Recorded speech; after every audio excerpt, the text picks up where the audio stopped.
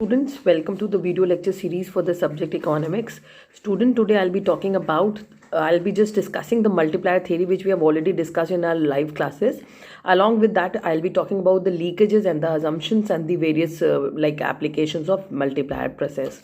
Now, as you all already know, the concept of multiplier was first developed by Mr. R.F. Khan in his article The Relation of Home Investments to Unemployment in the Economic Journal of June 1931. Now, Kahn's multiplier was actually termed as employment multiplier. Now, Keynes actually took up this idea from Kahn and formulated the investment multiplier. So, the basic assumptions for the theory of multiplier, as given by the renowned economist Mr. Keynes.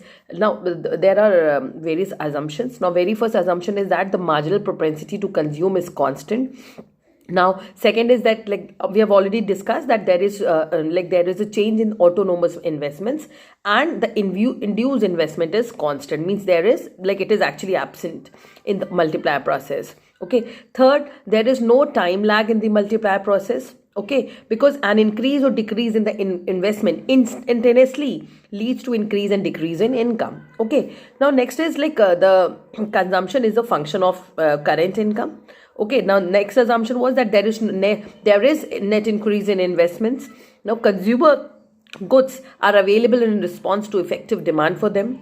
Now, next is there is the new level of investment is maintained steadily in the computation of multiplier process. Now, other than this, the various assumption is that there are no changes in the prices. Next, there is less than full employment level in the economy.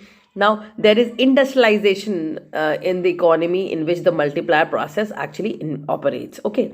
सो जो हमने अपनी class में पढ़ा था कि multiplier process exactly क्या था, वो हम आपको ऑलरेडी डिस्कस कर चुके हैं.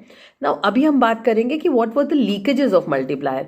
नाउ लीकेजेस का मतलब क्या होता है? ये ऐसे divergence, they are the potential divergence from the income stream which tends to weak the multiplier process for creating new investments. Okay. So हमें इतना पता है कि भाई obviously if given the marginal propensity to consume, the increase in income in each round declines if there is a leakage in the income stream, and ultimately जो आपकी process of income propagation है वो खत्म हो जाता है. तो जो इंपॉर्टेंट लीकेजेस है वो सबसे पहला है सेविंग, क्योंकि ये तो आपको पता ही है कि जो मल्टीप्लायर थ्योरी थी वहाँ पे हमने बोला था, फॉर्मूला दिया था K is equal to 1/MPS. तो जो जितना ज़्यादा सेविंग करने लगेंगे, भाई ये तो पहले तो हम सेविंग के बारे में बात करें तो saving is one of the most important leakage of multiplier process. Since the marginal propensity to consume is less than 1, तो जो नॉर्मल हमने कीन्स की जो थ्योरी दी थी उसमें हमने आपको बताया कि marginal propensity to consume is less than 1, the whole increment in income is not spent on consumption, a part of it saved, and if it is saved तो ये क्या करता है? इनकम स्ट्रीम को पीटर आउट कर देता है. ठीक है. तो इन income in the next round gradually decline, जैसे जैसे आपकी सेविंग्स बढ़ेगी इनकम का प्रपोर्शन वेरी करेगा. तो thus the higher the marginal propensity to save, the smaller is the multiplier, आपका multiplier amount. Now the greater the amount of leakage out of the income stream and vice versa. तो for instance, if अगर marginal propensity to save 1/6 है तो multiplier क्या होगा? 6. अगर इसी पे हम देखें, अगर marginal propensity to save is 1/3, इसका मतलब multiplier process 3 होगा. तो सेविंग्स पे डिपेंड कर रहा था, और अगर सेविंग्स अमाउंट बढ़ जाता है तो हमारा मल्टीप्लायर अकॉर्डिंगली वेरी कर जाएगा. Okay, this was the first leakage. Okay, अभी I'll be talking about this entire concept in the ये अभी PPT में आपको मिलेगा यहाँ पे. Now, next leakage is the purchase of old stocks and securities.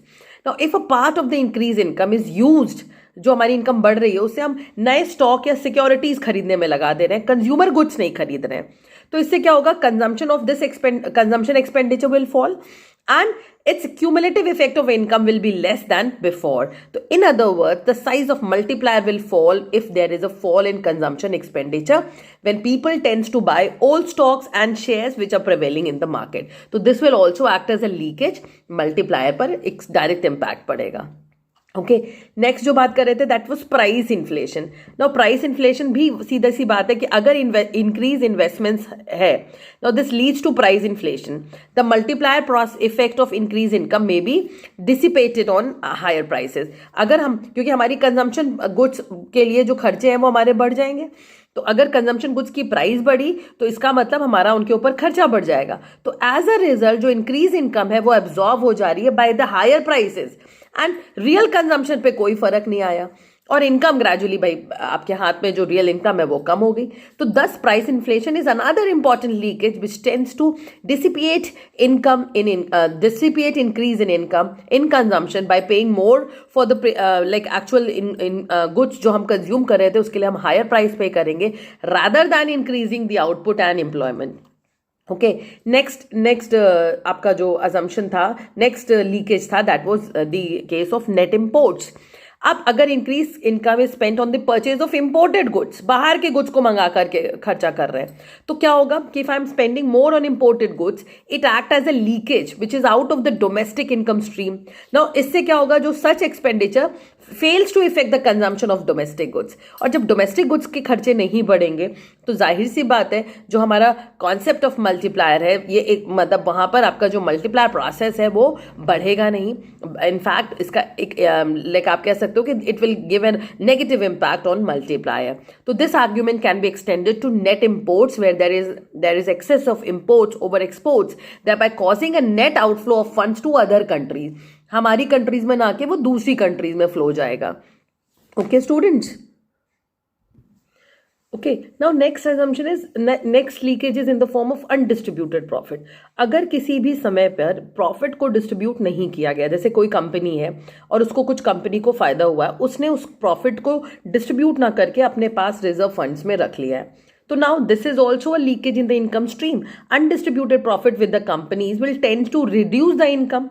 जब इनकम बढ़ेगी तो हेंस फर्दर एक्सपेंडिचर भी कम हो जाएगा. जब इनकम कम हो जाएगी तो उससे क्या होगा, जो एक्सपेंडिचर ऑन कंजम्पशन गुड्स है वो भी कम हो जाएगा, और इससे क्या होगा, मल्टीप्लायर प्रोसेस वीक हो जाएगा. तो this is another leakage in case of like multiplier. Last है टैक्सेशन पॉलिसी. जैसे हम वर्ड बोलते हैं टैक्सेशन पॉलिसी, ये एक अनदर इंपॉर्टेंट फैक्टर है जो वीकन करता है मल्टीप्लायर प्रोसेस को. प्रोग्रेसिव टैक्सेस अगर होते हैं, जैसे जैसे इनकम बढ़ी आपके ऊपर टैक्सेस बढ़े, तो इससे क्या होगा, जो इससे हमारे पास जो डिस्पोजेबल इनकम बच रही है, यानी जो income after payment of taxes बचती है वो लोअर होती जाएगी. इससे क्या होगा भाई, टैक्स पेयर की इनकम कम हो गई क्योंकि उसको अब ज्यादा टैक्स देना है, इससे उसका कंजम्पशन एक्सपेंडिचर अकॉर्डिंगली कम हो जाएगा. तो similarly commodity taxation tends to raise the price of the goods. ये तो हमने इनकम टैक्स की बात की. उसी तरह दूसरे टैंजेंट पे बात करें, अगर कमोडिटी टैक्सेस है मतलब इनडायरेक्ट टैक्सेस है, अब जितना ज्यादा इनडायरेक्ट टैक्सेस उसकी वजह से उस गुड्स की प्राइस बढ़ जाएगी. अब जब गुड्स की प्राइस बढ़ गई तो जैसे हमने अभी आपको प्रीवियस उसमें बताया था कि प्राइस बढ़ती है तो क्या हो जाता है कि पार्ट ऑफ जो इनकम बढ़ रही थी वो हमारी खर्च, अब वो इनकम कहाँ चली जा रही, उसी सेम गुड्स को, हमने नए गुड्स नहीं खरीदे, उसी सेम गुड्स के ऊपर उसकी ज्यादा प्राइस पे करने में चली जा रही है. तो इससे क्या हुआ, जो इंक्रीज टैक्सेशन था उसने रिड्यूस करा इनकम की स्ट्रीम को, और इससे क्या करा, we have actually lowered the size of multiplier. तो students please these are the sum of leakages. मैं एक बार फिर से फटाफट इनके बारे में बता रही हूँ, एक मतलब पॉइंट्स बता रही हूँ, sending the entire notes to you. सबसे पहला लीकेज क्या होगा, अगर सेविंग है, सेव कर दोगे कंज्यूम नहीं करोगे, लीकेज. दूसरा क्या है, आपने ओल्ड स्टॉक या सिक्योरिटीज में पैसा लगाया है तो ये ऑलरेडी मार्केट में ऑलरेडी फ्लोट कर रही है ना, इसका मतलब क्या हुआ, आपने कोई नई इन्वेस्टमेंट्स में नहीं लगाया. Again leakage to leakage in multiplier process.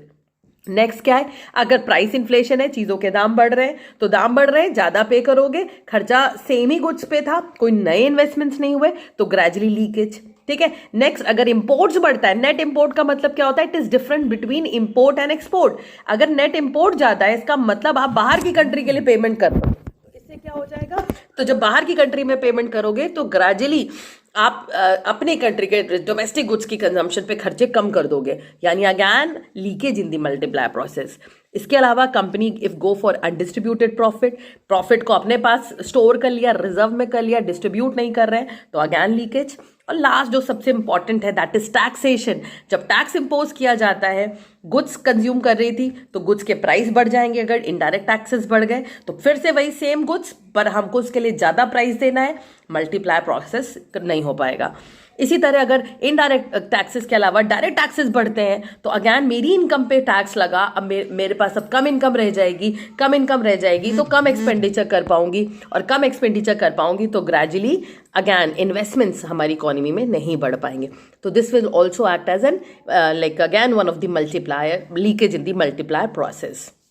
So students, just go through this video. If any problem you can come up. We have already talked about the multiplier process. हमने अपनी लाइव क्लास से बता रखा है. इसके आगे जो next topic था, this is basically the leakages, and next we'll be talking about the various importance and the usefulness of multiplier process. Okay, thank you students. Thank you for watching.